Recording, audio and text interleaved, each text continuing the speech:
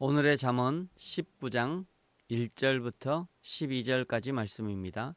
제목은 가난하여도 성실한 자는. 잠언 19장은 참된 지혜와 망령된 삶의 대조를 다루며 우리의 일상적인 말, 재물, 그리고 인격의 문제를 깊이 있게 통찰합니다. 먼저 1절부터 3절은 가난과 성실의 가치에 대해서 말씀합니다.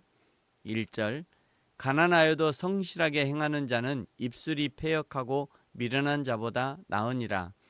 지식이 없는 소원은 선하지 못하고 발이 급한 사람은 잘못 가느니라. 사람이 미련함으로 자기 길을 굽게 하고 마음으로 여호와를 원망하느니라. 아멘. 최근에 우리나라에서도 누리호 발사에 성공하면서 본격적인 우주 개발에 대한 경쟁이 치열해졌습니다. 그런데 우주에 로켓을 쏘아 올리는 일은 보통의 나라들이 하기 매우 어려운 일이라고 합니다. 로켓이 지구 궤도에 진입하거나 특정 고도를 유지하기 위해서는 정확한 속도가 필요한데, 속도가 너무 느리면 지구 중력에 이끌려 다시 추락하고, 너무 빠르면 의도한 궤도를 이탈하여 우주 공간으로 날아가 버린다고 합니다.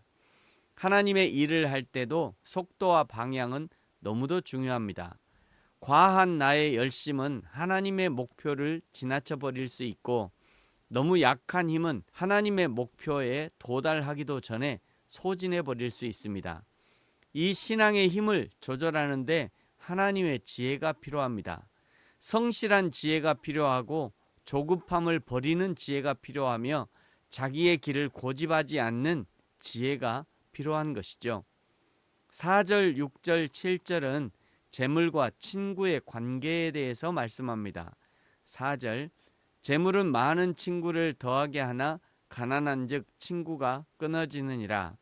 6절, 너그러운 사람에게는 은혜를 구하는 자가 많고 선물 주기를 좋아하는 자에게는 사람마다 친구가 되느니라.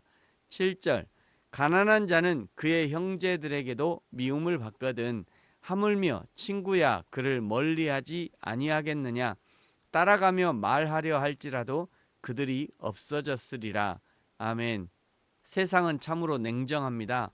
자신에게 도움이 될 것 같으면 간도 쓸개도 다 빼주지만 도움이 안 된다고 판단되면 냉정하게 돌아섭니다. 가끔 내 힘으로 사랑하기 힘든 사람들을 경험합니다.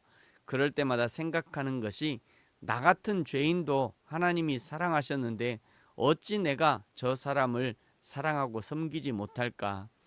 예수님의 십자가 사랑 앞에 서면 내가 사랑하지 못할 사람이 없고 내가 섬기지 못할 사람이 없으며 누구와 비교해서 내가 더 나은 사람이라고 말할 수 없다는 것을 알게 됩니다.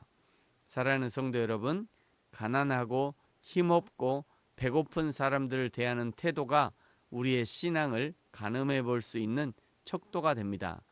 차별 없는 사랑과 섬김을 실천하시기를 예수님의 이름으로 축복합니다.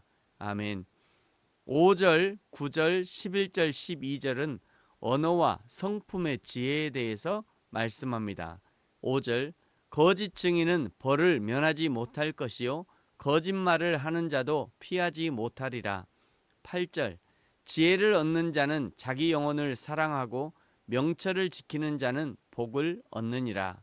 9절, 거짓 증인은 벌을 면하지 못할 것이요 거짓말을 뱉는 자는 망할 것이니라.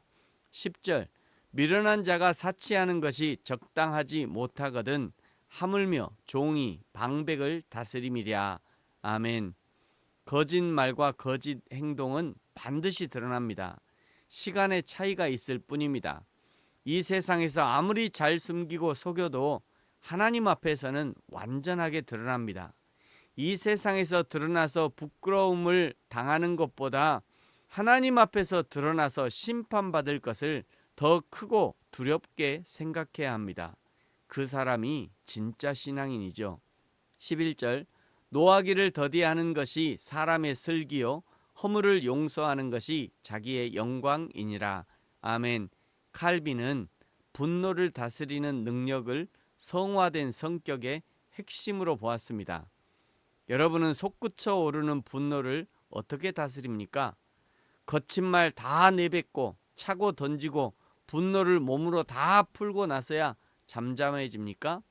결코 바람직하지 않습니다. 이런 분노를 다스리는 능력은 교회에서만 발휘되면 안 됩니다.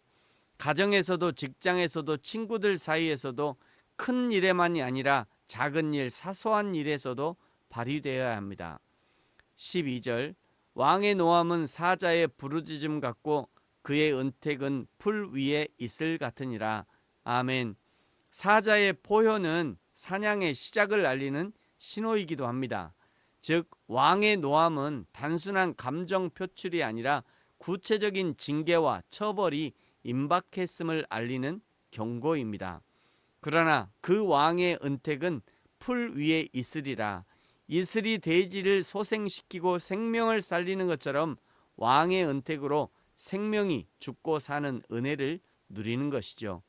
우리의 영원한 왕이 되시는 여호와 하나님의 심판이 시작되면 그 누구도 피할 수 없는 심판이 되는 것이고, 그 심판 중에 하나님의 은혜를 입은 성도는 그 누구도 흔들 수 없는 하나님의 생명의 은혜를 누리는 것이죠. 저와 여러분이 하나님의 노함의 심판이 아니라 하나님의 이슬의 은혜를 입을 수 있기를 예수님의 이름으로 축복합니다. 아멘. 기도하겠습니다. 하나님 아버지 감사합니다. 하나님이 주시는 이슬과 같은 생명의 은혜로 날마다 하나님의 생명을 누리게 하시고 우리에게 주신 지혜의 힘으로 하나님이 기뻐하시는 사명을 감당할 수 있도록 축복하여 주옵소서. 감사합니다. 예수님의 이름으로 기도합니다. 아멘.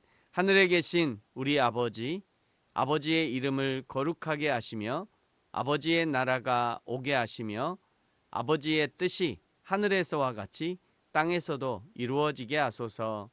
오늘 우리에게 일용할 양식을 주시고 우리가 우리에게 잘못한 사람을 용서하여 준 것 같이 우리 죄를 용서하여 주시고 우리를 시험에 빠지지 않게 하시고 악에서 구하소서.